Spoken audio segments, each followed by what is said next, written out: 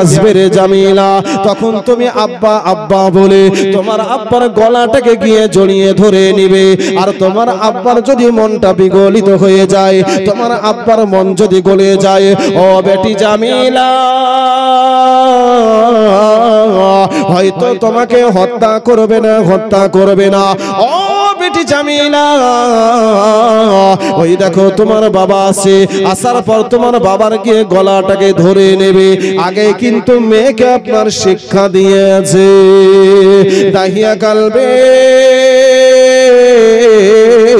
বাড়ির মধ্যে যেন চলে আসলো, বিবি সাহেবের সঙ্গে কথোপকথন হলো, কিন্তু আপনার কন্যা সন্তান যেন আসার পর ওই গলাটাকে যেন জড়িয়ে ধরে নিয়েছে এবং আব্বা আব্বা বলতে আছে।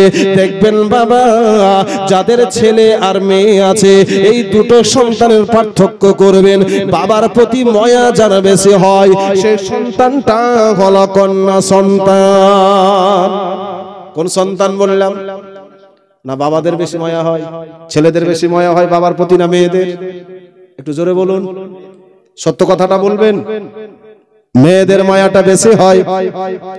দাহিয়া কালবে ওই দাহিয়া কালবের গলাটাকে জড়িয়ে ধরেছে। ধরার পর আব্বার যেন ডান গালে চুমা, বাম গালে চুমা, আজকে আপনার কবরের উপরে চুমা। বলে আব্বা কতদিন আপনাকে দেখি নাই গো আব্বা, আব্বা এতদিন আপনি কোথায় ছিলেন, কোথায় ছিলেন? আপনি আমাকে কেন কোলে নেন না? আপনাকে কেন আমি দেখি নাই? এইদিকে আপনার বাবার যেন গলা ধরল। দাহিয়াতুল কালবি তার দিলটা যেন একটু নরম হলো, তার দিলটা নরম হলো। বলল যাক, যা করেছি করেছি, একে আর মারবো না। এইবারে বাবা সকাল যখন হলো, বাড়ি থেকে বের হলো, মানুষজনে বলতে আছে, ও দাহিয়া কালবি তুমি হলে কন্যার বাবা, সমাজে তোমাকে রেসপেক্ট করা যাবে না, সমাজে তোমাকে সম্মান করা যাবে না, সমাজে তোমার সম্মান কম, সম্মান কম। দাহিয়া কালবিকে বলল এই কারণে তোমার সম্মান কম যে তুমি হলা কন্যা সন্তানের পিতা। কার পিতা? কন্যা সন্তানের পিতা। এর জন্য তোমার সমাজে সম্মান করা হবে না। দাহিয়া কালবে এইরকম আপনার প্রতিবেশী মানুষেরা, সমাজের মানুষেরা বিভিন্ন রকমের কথা বলতে লাগলো। কথাগুলো শুনতে শুনতে জানো দাহিয়া কালবে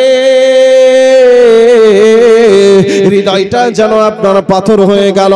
শেষ পর্যন্ত ডিসাইড করলো, বলে আমার কন্যা জামিলা,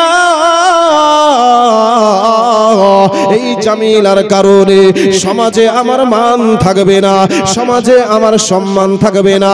আব্বাজি এবং ভাইরা ও মা বোনেরা, এই যে মহিলাদেরকে আপনার হত্যা করা হতো, এই মা বোনেদের সম্মান দিয়েছে আমার রাসূলুল্লাহ। জোরে বলে সুবহানাল্লাহ। সম্মান কে দিয়েছেন? দয়ার নবী দিয়েছেন। আল্লাহর রাসূল বলেন, পৃথিবীর সন্তানেরা তোমরা শোনো, তোমরা যদি জান্নাত পেতে চাও, আমি নবী মুস্তাফা তোমাদের জন্য ঘোষণা করে দিয়ে গেলাম, আল জান্নাতু তাহতা আকদামিল উম্মাহাত। ও আমার উম্মত উম্মাতানি, তোমরা শুনে নাও, আমি নবী মুস্তাফা তোমাদের জন্য ঘোষণা করে দিয়ে গেলাম, তোমরা যদি 5 ওয়াক্তের নামাজ পড়ো তাহলে কিন্তু জান্নাত পাবে না। তোমরা যদি রমজান মাসের রোজা রাখো তাও তোমরা জান্নাত পাবে না। তোমরা যদি যাকাত দাও তাও তোমরা জান্নাত পাবে না। যদি তোমরা মক্কা মদিনায় যাওয়ার পর হজ সম্পন্ন করো তাও তোমরা জান্নাত পাবে না। যদি তোমরা শুধু কোরআন তেলাওয়াত করো তাও জান্নাত পাবে না। তোমরা যদি ওই নফল সাদকা করো তাও তোমরা জান্নাত পাবে না। নবী মুস্তাফা সাল্লাল্লাহু আলাইহি ওয়াসাল্লাম বলেন, বলে সরো হুমা জান্নাতুকা হুমা নারুকা, তোমার পিতামাতাই তোমার জন্য জান্নাত আর তোমার পিতামাতাই তোমার জন্য হলো জাহান্নাম। অর্থ হলো কি, পয়গম্বরে আজম বলেন, বলে শোনো, পিতামাতাকে যদি তোমরা রাজি ও খুশি করতে পারো সেবা যত্ন করে, আর ওই পিতামাতার পদতলে তোমাদের জান্নাতের ঠিকানা, জোরে বলি সুবহানাল্লাহ। আর যদি পিতামাতাকে রাজি ও খুশি না করতে পারো, তুমি যতই ইবাদত করো না কেন, আমি রাসূলুল্লাহ ঘোষণা করে দিলাম তোমাদের জন্য স্থান হবে জাহান্নাম। তাহলে মহিলাদের যখন কোনো সম্মান ছিল না, সম্মানের জায়গাতে মহিলাদেরকে বসিয়ে দিলেন আমার রাসূলুল্লাহ, জোরে বলি সুবহানাল্লাহ। তাহলে সম্মানের আসনে কারা বসে আছে? মহিলারা। আল্লাহ তাআলা কোরআনের আয়াত নাজিল করলেন, ইন্নাল মুসলিমিনা ওয়াল মুসলিমাতি ওয়াল মুমিনিনা ওয়াল মুমিনাত ওয়াল কানিতিনা ওয়াল কানিতাতি ওয়াস সাদিকিনা ওয়াস সাদিকাত ওয়াস সাবিরিনা ওয়াস সাবিরাতি ওয়াল খাশিঈনা ওয়াল খাশিআত ওয়াল মুতাসাদ্দিকিনা ওয়াল মুতাসাদ্দিকাতি ওয়াস সাইমিনা ওয়াস সাইমাত ওয়াল হাফিজিনা ফুরুজাহুম। মহান আল্লাহ তাআলা এখানে পুরুষদের 10টি গুণের কথা উল্লেখ করেছেন, পাশাপাশি মহিলাদের জন্য 10টি গুণের কথা উল্লেখ করেছেন, বলি সুবহানাল্লাহ। তাহলে মহান আল্লাহ তাআলা মহিলাদেরকে মর্যাদা দিয়েছেন, কিন্তু আইয়ামে জাহিলিয়াতের যুগে মহিলাদেরকে মর্যাদা দেওয়া হতো না। এই দাহিয়া কালবি সঙ্গে সঙ্গে ডিসাইড করল, বলে আমার কন্যা জামিলা, এই জামিলাকে কিন্তু রাখা যাবে না। বিবিকে সঙ্গে সঙ্গে বলল, বলে বিবি আমার জামিলাকে একটু ভালো করে গোসল করিয়ে দাও রে বিবি, আমার জামিলাকে আমি নিয়ে একটু দাওয়াতে যাব। ও আমার বিবি শোনো শোনো, আমার বেটি জামিলা, একে একটু ভালো করে সুরমা তোর লাগিয়ে দাও, একে ভালো করে একটু নতুন পোশাক পরিধান করিয়ে দাও। ও বেবে আমার কন্যাকে আমি একটু দাওয়াতে নিয়ে যাব। দাহিয়া কালবের বেবে মনে মনে চিন্তা ভাবনা করলো, আমার কন্যাকে এখনো হত্যা করে নাই, আমার মেয়ের প্রতি হয়তো মহব্বত বসে গিয়েছে, আমার মেয়েকে হয়তো ভালোবেসে ফেলেছে, আমার মেয়েকে হয়তো আর হত্যা করবে না। তবে দাহিয়া কালবের বেবে যখন আপনার নিজের কন্যা সন্তানকে গোসল করাতে যায়, মনে কিন্তু শান্তি আসে না। দাহিয়া কালবের বেবে নিজের কন্যাকে যেন গোসল করায়, মনের মধ্যে যেন অশান্তি চলে আসে, অশান্তি চলে আসে। এই পৃথিবীর জমিনে কোন সন্তানের যদি বাবা কোনো বিপদ নেমে আসে, একজন বাবা মানুষের কাছে খবর হয়ে যায়, সেই মানুষটা হলো মা। সেই মানুষটাকে একটু জোরে বলুন, মা। তাই কবি বলছেন, মায়ের দিলেতে ব্যথা কখনো দিও না, কখনো দিও না।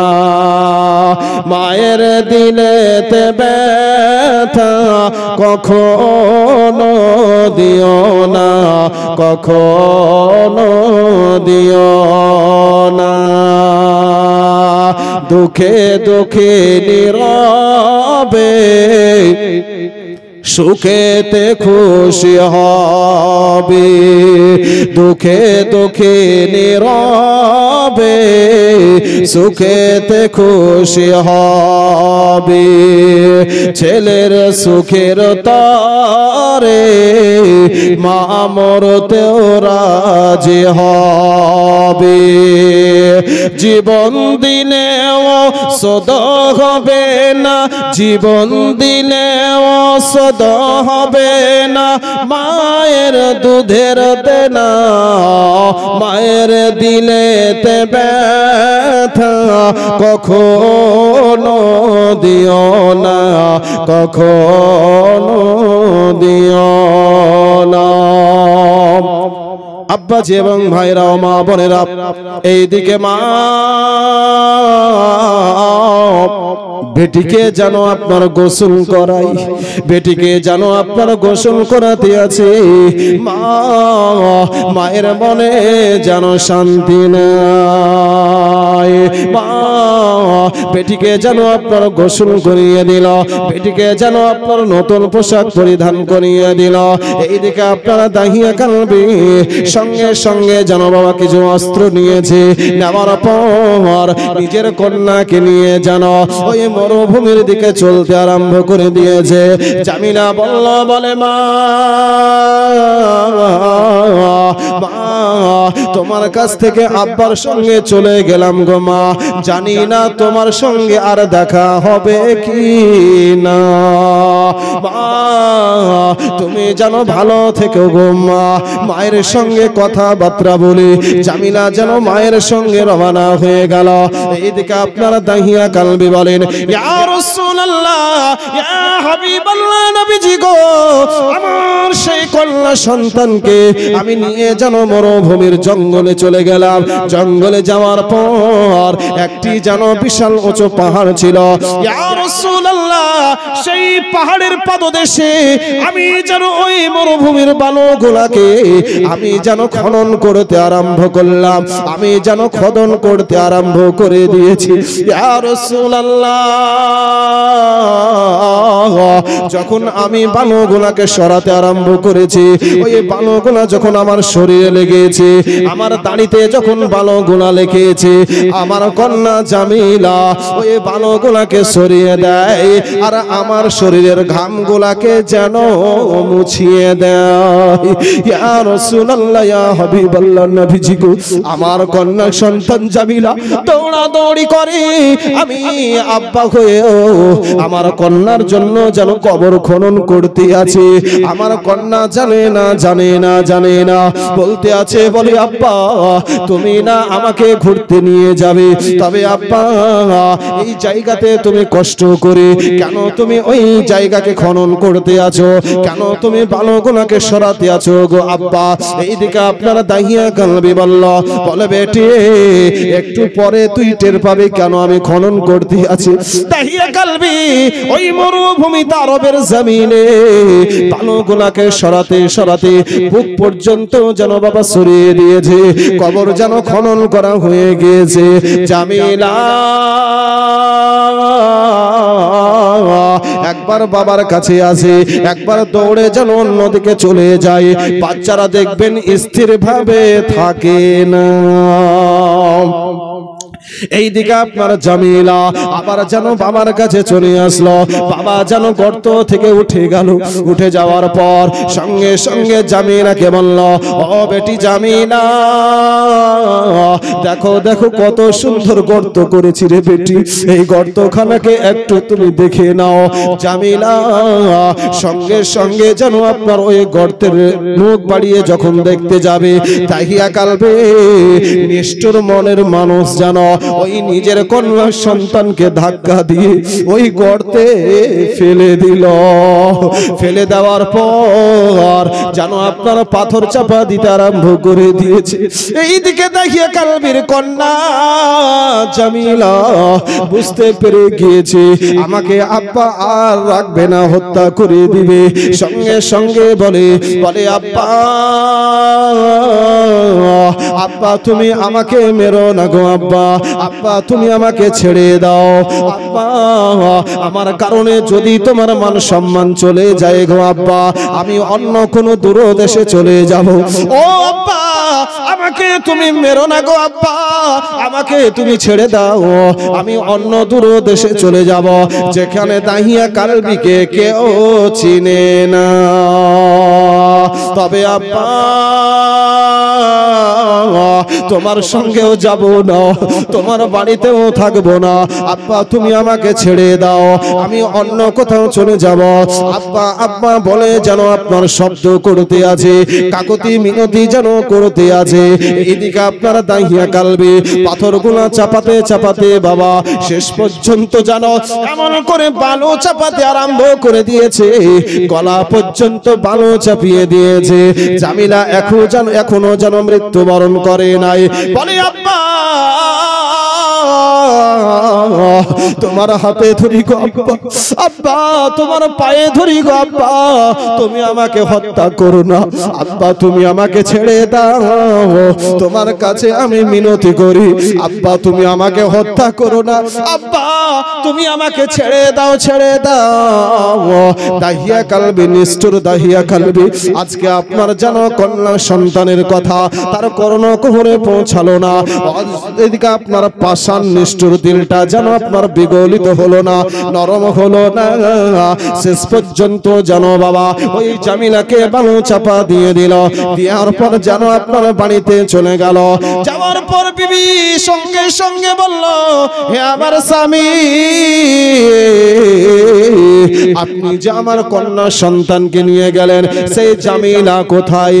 দাহিয়া কলবি বলতে আছে, হে আমার বিবি শোনো, আর বলিও না, আমার জামিলাকে আমি আরবের সরজমিনে জীবিত অবস্থায় ওই মাটিতে দাফন করে দিয়েছি।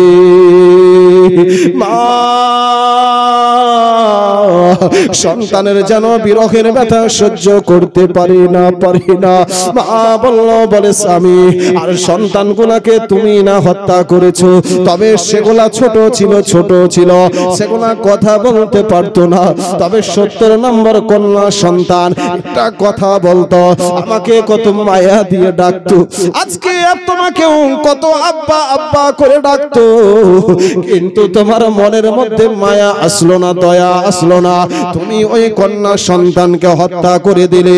পয়গম্বর আযম সাল্লাল্লাহু তাআলা আলাইহি ওয়াসাল্লামের দরবারে এই দাহিয়া কালবি বলেন, ইয়া রাসূলুল্লাহ, ইয়া হাবিবাল্লাহ, নবীজি গো, আমার জীবদ্দশার সাথে আমি 70টি কন্যা সন্তানকে হত্যা করেছি, তবে সবচাইতে আমার দিলে আঘাত করেছে ওই 70 নম্বর কন্যা জামিলা, একে যখন আমি হত্যা করি ইয়া রাসূলুল্লাহ, তবে আমি এত বড় বড় গুনাহ করেছি, আমার গুনাহ মাফ হবে কিনা, আমার গুনাহ ক্ষমা হবে কিনা?